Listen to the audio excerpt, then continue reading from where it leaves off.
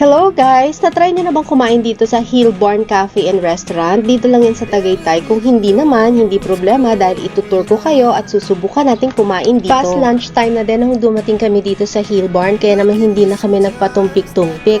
May mga friends na ako nakapunta dito kaya itong braised beef bowl daw ang orderin ko. Sakto yung serving, may egg, may cherry tomato, may pickled cabbage. Yung beef matamis, sobrang malambot. Alam mong pinakuluan siya ng matagal. Yung java rice na kasama dito, sakto lang, malasa kahit siguro walang beef makakain mo. Next order is linguine truffle. Alam niyo ba guys, ang truffles pala isang uri ng mushroom. May malakas na aroma at nakakapagpasarap talaga sa pasta. Mas lalo siyang sumarap dahil sa parmesan cheese, very garlic, sobrang creamy.